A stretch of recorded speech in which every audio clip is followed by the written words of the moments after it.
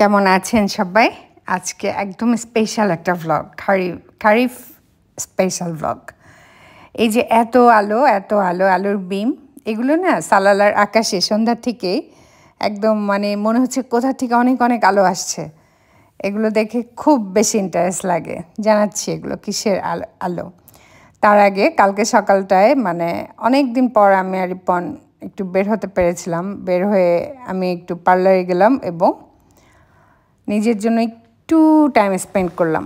আসলে নিজের জন্য আমার কাছে সময় থাকেই না, কোনো সময় থাকে না। কালকে ফরচুনেটলি আমি সময়টা পেয়ে যাই এবং এটাকে ইউটিলাইজ করি। দেন সারা দিনের অনেক অনেক কাজ শেষ করে রাতে দুইজন মিলে বাচ্চাদেরকে ডিনার দিয়ে আমরা লন্ড্রি করতে বের হলাম। অনেকগুলো কাপড় লন্ড্রিতে দিতে হলো, কিছু কাপড় ধুতে হবে, বাচ্চাদের স্কুল খুলে যাচ্ছে নেক্সট সানডে থেকে, এবং কিছু আয়রনের জন্য। আর এই যে এই শোটায় আমি হালকা একটু মিউজিক রেখেছি। মিউজিক না থাকলে মানে এটা বোঝার কোনো উপায় নেই। আর আমি এখানে স্পিড আপ করে দিয়েছি, আপনারা অনেকগুলো ভিডিও দেখবেন আমি স্পিড আপ করে দিয়েছি।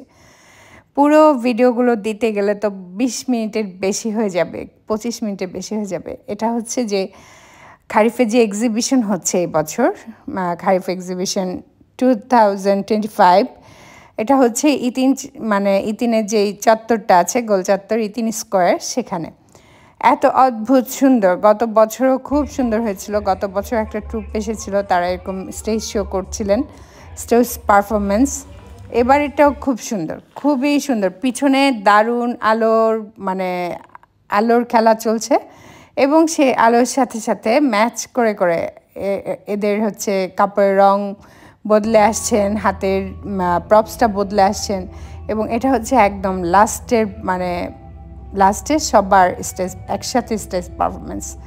এখানে যখন সবাই চলে এসেছে আমি বলছি রিপন শেষ হয়ে যাবে, এখনই শেষ হয়ে যাবে।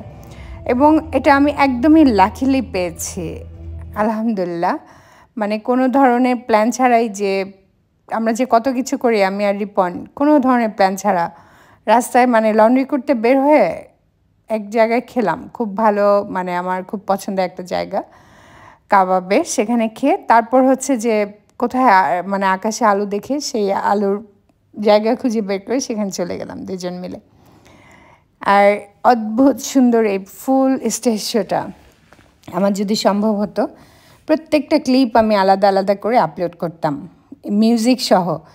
কারণ আপনি যত কিছু আপলোড করেন, এই মিউজিকগুলো যদি আপনি একসাথে সিনক্রোনাইজ না করতে পারেন, আপনি বুঝবেন না ব্যাপারটা।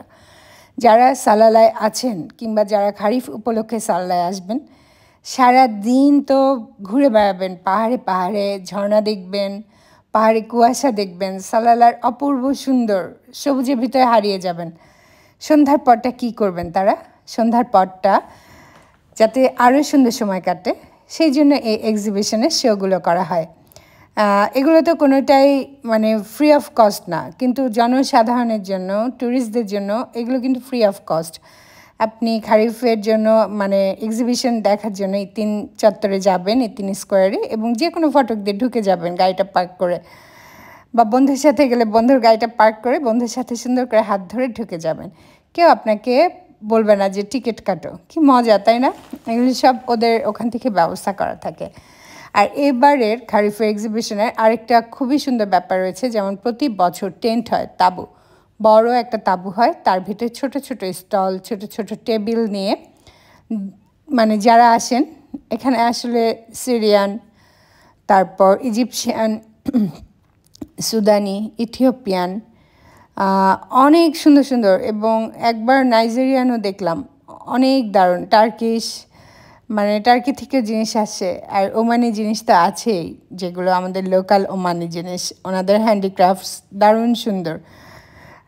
আর কিছু দোকান থাকে যেখানে যেমন ব্ল্যাঙ্কেটস থাকে, আবায়া থাকে, হাতের কাজের জিনিস থাকে, আমার খুব ভালো লাগে সেই দোকানগুলি। টার্কিশ, সিরিয়ান, অদ্ভুত সুন্দর। সেই ওয়াল ম্যাট বলেন, টেবিল ম্যাট বলেন, রানার বলেন। তো আমি এই বছর ওই দোকানগুলো খুঁজে পেলাম না, জানি না, নিশ্চয়ই আছে, আবারও গিয়ে দেখতে হবে। এবছর অনেক বইয়ের দোকান, ইজিপশিয়ানি, ওমানি দুজনই দিয়েছে বইয়ের দোকান, কিছু বিউটি প্রোডাক্টসের দোকান, আবায়ের দোকান, ড্রেসের দোকান, ব্ল্যাঙ্কেটসের দোকান, খুব সুন্দর এবং সবই হচ্ছে স্টলের ভিতরে। ইভেন আপনি যে ওয়াটার বাবল মানে বাচ্চারা যে খেলবে খেলনাগুলো সেগুলো পাওয়া যাচ্ছে। বাখুরের দোকান, সালালা তো মানে সুগন্ধির জন্য বিখ্যাত, তাই না?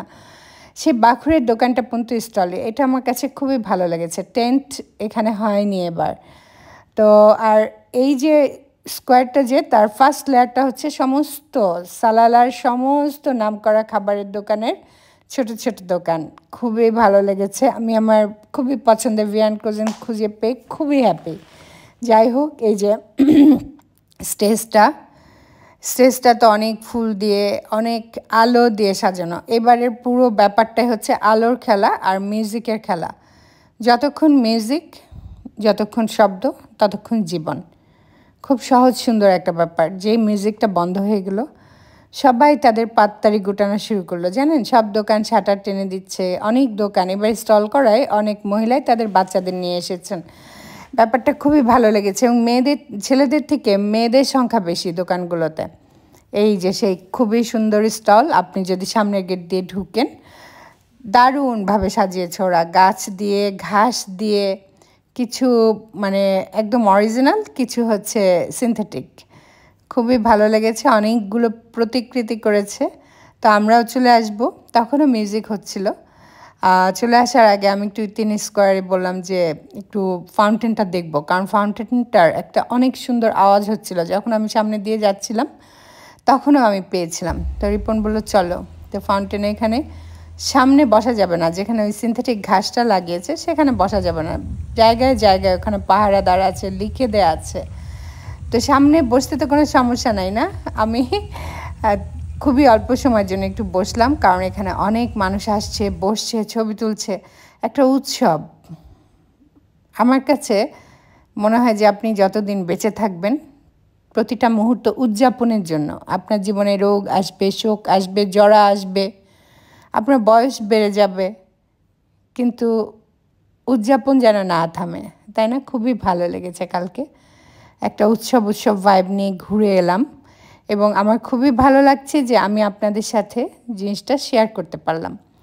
আপনারা অবশ্যই ভিজিট করবেন এবং ভালো লাগবে। আমি আশা করছি ভালো লাগবে। আমার তো ভালো লেগেছে। সবাই যে যেখানে আছেন খুব ভালো থাকবেন, আমাদেরকে দোয়ায় রাখবেন, আর যারা সালালায় আছেন খুব সাবধানে ড্রাইভ করবেন।